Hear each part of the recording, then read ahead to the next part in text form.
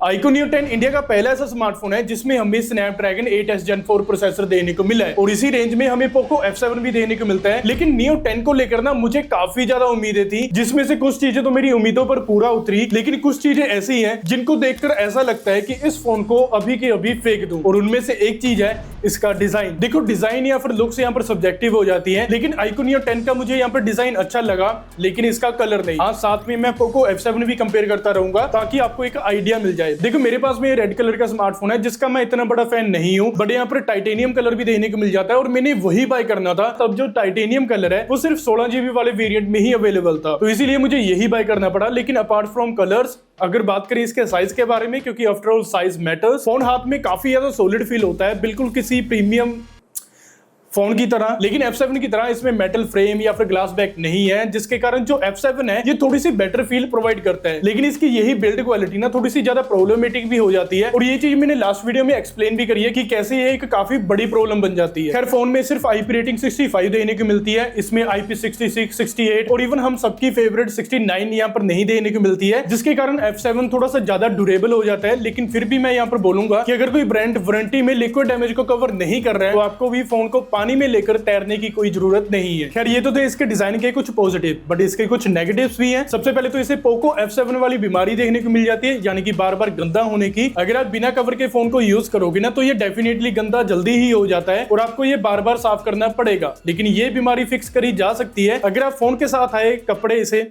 पहना दो तो। और दूसरा, इसमें USB 2.0 की यहाँ पर सपोर्ट प्रोवाइड करी गई है। हालांकि F7 में भी यहाँ पर 2.0 ही देने को मिलती है और इवन इससे इतने ज्यादा लोगों को फर्क नहीं पड़ेगा। बट हाँ, अगर आप एक्सटर्नल ड्राइव में डेटा ट्रांसफर कर रहे हो तो वो यहाँ पर स्लो ही होगा। बट डेटा तो एक्सटर्नल ड्राइव में हर कोई ट्रांसफर नहीं करता है, लेकिन डिस्प्ले हर कोई यूज करता है। तो यहाँ पर डिस्प्ले वाइज हमें अच्छे खासे यहाँ पर स्पेक्स देखने को मिल जाते हैं, लेकिन मैं यहाँ पर स्पेक्स पर फोकस नहीं करने वाला हूँ, बल्कि यहाँ पर रियल लाइफ एक्सपीरियंस के बारे में बात करेंगे। तो डिस्प्ले यहाँ पर बड़ी देखने को मिल जाती है, बेजल से यहाँ पर स्लिम दिए गए हैं और चिन थोड़ी सी ना बिल्कुल थोड़ी सी यहाँ पर नोटिसेबल भी है। इसके अलावा अगर आपको कंटेंट वगैरह देखना अच्छा लगता है, जैसे कि खाना खाते टाइम मेरे टेक रिव्यूज देखना या फिर मेरी तरह तारक मेहता शो देखना, तो आपको ये डिस्प्ले कहीं पर भी डिसअपॉइंट नहीं करेगी। नेटफ्लिक्स और यूट्यूब में आपको प्रॉपर HDR की सपोर्ट देखने को मिल जाएगी, लेकिन जो F7 है इसमें आपको डोल्बी विजन की सपोर्ट देखने को मिल जाती है, जो कि iQOO Neo 10 में मिसिंग है। बट इसके बावजूद भी आपको जो कंटेंट वॉचिंग एक्सपीरियंस है वो ओवरऑल अच्छा ही देखने को मिलेगा। इसके अलावा इंडोर और आउटडोर में फोन यूज करते टाइम आपको बिल्कुल भी कोई दिक्कत नहीं आने वाली है, और इसके पीछे का रीजन है कि इसमें हमें सॉलिड 2000 निट्स की HBM ब्राइटनेस प्रोवाइड करी गई है, जिसके कारण फोन की डिस्प्ले डायरेक्ट सनलाइट के अंदर भी प्रॉपर विजिबल रहती है। लेकिन डिस्प्ले के बारे में ना मैंने एक छोटी सी प्रॉब्लम नोटिस करी है। ये जो स्मार्टफोन है ये 144 हर्ट्ज के रिफ्रेश रेट के साथ में आता है, और इतना हाई रिफ्रेश रेट काफी कम एप्स के अंदर या फिर गेम्स के अंदर ही सपोर्टेड है। लेकिन ये इशू नहीं है, बल्कि इशू ये है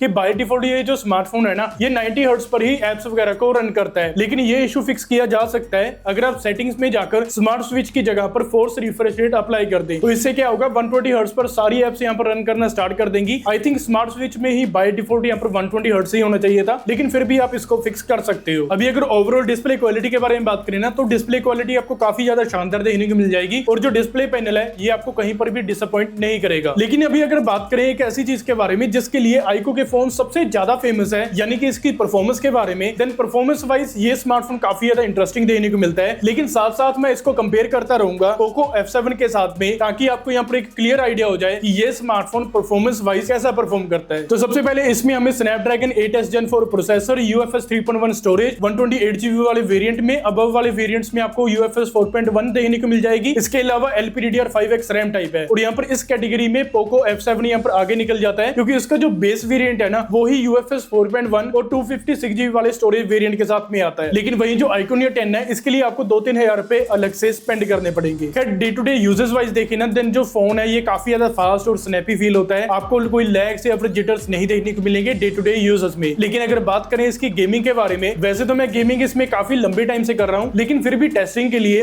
मैंने यहाँ पर 1.5 घंटा गेमिंग करी, जिसमें 30-30 मिनट के सेशन थे 3 गेम्स के, जिसमें BGMI, Wuthering Waves और Genshin Impact जैसी गेम्स इंक्लूडेड है। तो सबसे पहले तो BGMI के अंदर आपको डिफरेंस देखने को मिल जाएगा। iQOO Neo 10 जो है 120 FPS के साथ आता है, और पोको F7 आता है 90 FPS की सपोर्ट के साथ। लेकिन एवरेज FPS जो है वो पोको F7 7 में आपको 87 के अराउंड देखने को मिलेंगे, लेकिन iQOO Neo 10 में 113 FPS की यहाँ पर एवरेज रही है। इसके अलावा गेंशिन इंपैक्ट और वुथरिंग वेव्स जो है दोनों ही काफी ज्यादा हैवी गेम्स हैं और इसमें सरप्राइजिंगली पोको F7 ने काफी अच्छा परफॉर्म करा है, लेकिन iQOO Neo 10 यहाँ पर स्ट्रगल कर रहा था। वेल हुआ क्या कि दोनों ही फोन से यहाँ पर 60 FPS की सपोर्ट के साथ में आते हैं, लेकिन गेंशिन इंपैक्ट के अंदर iQOO Neo 10 स्टार्टिंग में तो काफी अच्छा परफॉर्म कर रहा था, लेकिन बाद में इसने FPS ड्रॉप कर दिए और 50 पर यहाँ पर स्टक हो गया। और इवन ये चीज आप ग्राफ में भी वेरीफाई कर सकते हो। और सेम चीज हुई वुथरिंग वेव्स में, और उसमें भी ये स्मार्टफोन स्टार्टिंग में तो काफी अच्छा वर्क कर रहा था, लेकिन बाद में FPS ड्रॉप होने लगे, और ये चीज भी आप ग्राफ्स में वेरीफाई कर सकते हो। तो यहाँ पर एक चीज क्लियर है कि गेमिंग वाइज पोको F7 काफी बेटर परफॉर्म कर रहा है। इसके अलावा हीटिंग के बारे में बात करें देन जो iQOO Neo 10 है ना, ये मैक्स 42 डिग्री तक गया है, और यही सेम चीज आप ग्राफ्स में वेरीफाई भी कर सकते हो। लेकिन वही जो पोको F7 था ये मैक्स 48 डिग्री तक गया था, और ऊपर से इसमें मेटल फ्रेम और ग्लास बैक होने के कारण फोन तो ज्यादा प्रीमियम फील होता है, but at the same time heat भी काफी ज्यादा फील होती है। लेकिन अगर ओवरऑल परफॉर्मेंस वाइज बात करें ना, देन नो डाउट दोनों ही स्मार्टफोन्स यहाँ पर परफॉर्मेंस वाइज काफी अच्छा परफॉर्म करते हैं। लेकिन हैवी गेमिंग में जो iQOO Neo 10 है ये मेरे पास में थोड़ा बहुत यहाँ पर स्ट्रगल कर रहा था, लेकिन वही F7 जो है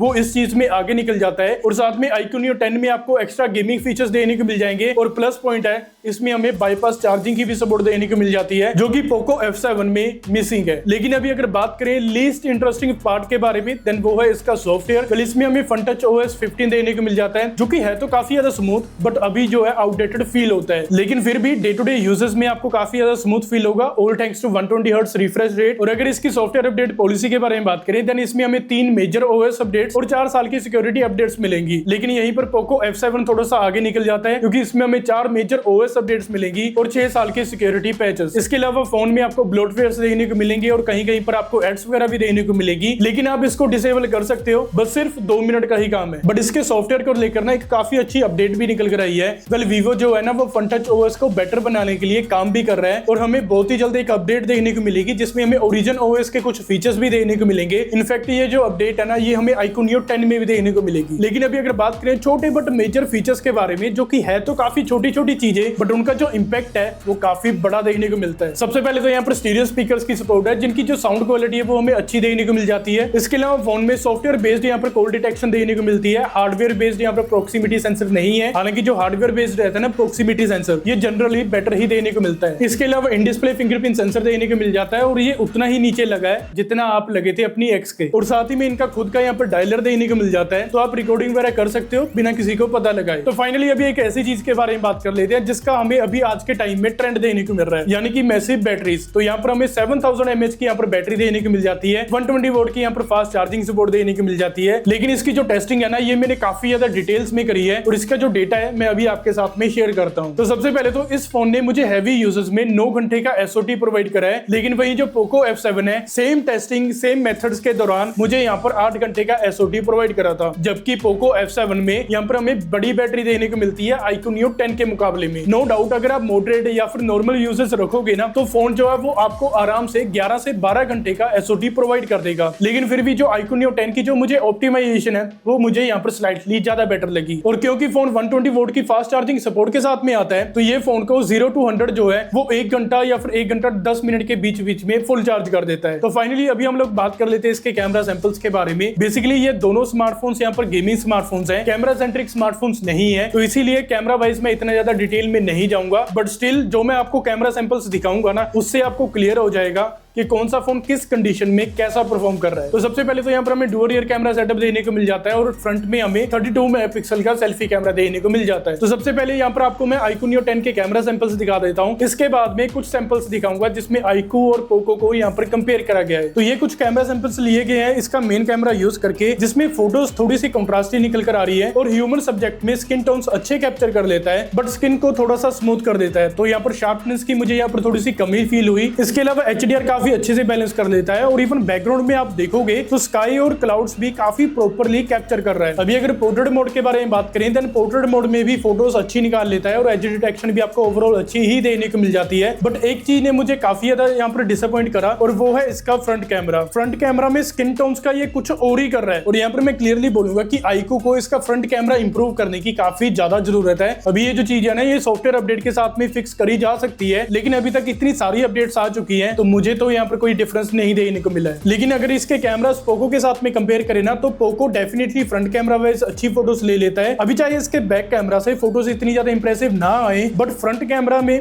ये अच्छा परफॉर्म कर रहा है। इसके अलावा ये कुछ कैमरा सैंपल्स हैं जो कि iQOO Neo 10 और पोको F7 में लिए गए हैं, जो कि आप साइड बाय साइड देख सकते हो। मैं इन दोनों के camera sample side by side दिखा देता हूं। इसमें आप देखोगे कि दोनों में कलर साइंस में थोड़ा बहुत आपको डिफरेंस देखने को मिल जाता है। अभी चाहे आप बैक कैमरा की बात कर लो, फ्रंट की तो हम क्या ही बात करें, iQOO कुछ और ही कर रहा है, पोको थोड़ी बहुत यहाँ पर बेटर यहाँ पर फोटोज ले लेता है। इसके अलावा videography wise phone 4K at 60 FPS की रिकॉर्डिंग कर सकता है फ्रंट और बैक से, और ये इसका वीडियो रिकॉर्डिंग सैंपल है, जिससे आपको पता चलेगा कि ये एक्सपोजर कैसे कंट्रोल कर रहा है और स्टेबलाइजेशन आपको ओवरऑल कैसी देखने को मिलती है। तो फाइनली यहाँ पर सारी चीजें डिस्कस हो चुकी हैं। लेकिन अभी अगर बात करें कि क्या iQOO Neo 10 आपको यहाँ पर बाय करना चाहिए या फिर नहीं, वेल देखो, अगर तो आपको प्योरली परफॉर्मेंस चाहिए देन उसके लिए पोको F7 काफी ज्यादा बेटर ऑप्शन है। इवन इसमें स्टोरेज भी ज्यादा मिल जाती है बेस वेरिएंट में, और ऊपर से ये जो स्टोरेज टाइप है ना, वो भी यहाँ पर बेटर देखने को मिलती है। अगर आपको better cameras, better thermals, better battery backup और ओवरऑल एक अच्छा पैकेज चाहिए देन उसके लिए iQOO Neo 10 एक बेटर ऑप्शन है। इसके अलावा पोको के रिगार्डिंग अगर आपके डाउट्स हैं, जैसे कि हीटिंग वगैरह कैसी है, परफॉर्मेंस कैसी है, वेल वो सारे डाउट्स आप यहाँ पे क्लिक करके